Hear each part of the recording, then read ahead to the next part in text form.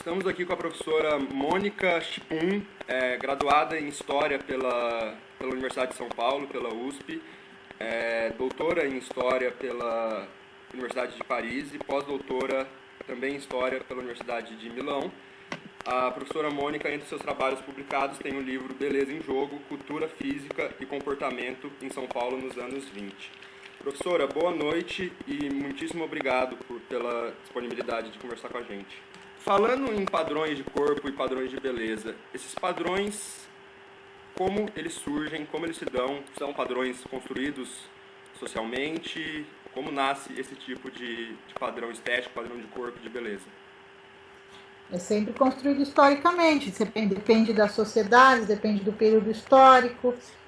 No caso da pesquisa que eu fiz para o meu doutorado, que deu origem ao livro que você mencionou aí, os homens e as mulheres das elites de São Paulo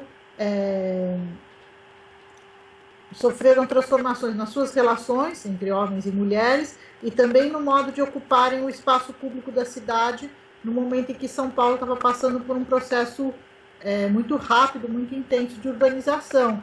E isso requeria uma nova pedagogia, novas normas para organizar essa nova presença dos corpos, dos homens e das mulheres no espaço público.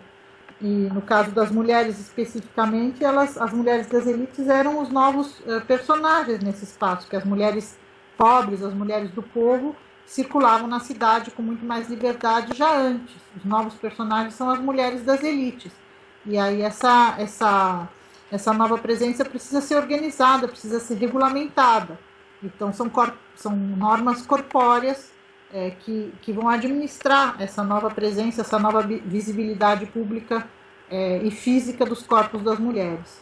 E essas normas, essa pedagogia da beleza, elas se aplicam, se impõem de maneira muito diferente e de uma intensidade muito diferente entre homens e mulheres. Como que isso se deu na sua área de estudo, que foi São Paulo nos anos 20? É sempre muito marcado pelas hierarquias de gênero, né? No caso dos homens, as pedagogias físicas, corporais, se dão através do esporte, que era um meio de afirmação da masculinidade. Os esportes começam a ser organizados, as competições, as ligas, os espaços começam a se especializar, a imprensa começa a cobrir melhor, as regras começam a serem aprendidas e divulgadas, e os espaços ficam mais modernizados, mais específicos, mais organizados para essas novas disciplinas. Enquanto que as mulheres, essa presença corpórea, as normas são muito mais focalizadas na beleza, e o esporte e a beleza não são duas esferas simétricas da vida social. Evidentemente que aí há uma hierarquia. Especificamente, quais são essas mudanças, né? Você comenta sobre uma certa elite, né, ligada ao café, que acaba mudando do interior das suas fazendas e vai para a capital, e aí essa certa elite começa a mudar as regras desses jogos de beleza. Quais são exatamente essas mudanças, e elas afetam só essa própria elite ou também elas se refletem nas camadas mais baixas e na elite também urbana de São Paulo? No caso das classes mais baixas, como eu disse antes, as mulheres circulavam já muito antes com liberdade no espaço da cidade. Primeiro as mulheres escravas, ainda no final do século XIX, atravessavam a cidade. Depois, com o começo da industrialização, a primeira mão de obra fabril em São Paulo era uma mão de obra fortemente feminizada. Também tinham crianças, mas as mulheres operárias também se deslocam e ocupam o espaço da cidade com mais liberdade, enquanto que as mulheres das elites eram mais reclusas, e essa entrada no espaço público é uma entrada muito mais ritualizada, muito mais mediada por normas de horários, normas de ter sempre uma companhia, normas de espaços de frequentação, o tempo de circulação, a liberdade do usufruto da cidade. Tudo isso é muito regrado. E elas começam a aprender também como andar, como sentar, porque as situações de sociabilidade começam a ser muito mais numerosas e variadas. Então as situações de encontro entre os homens e as mulheres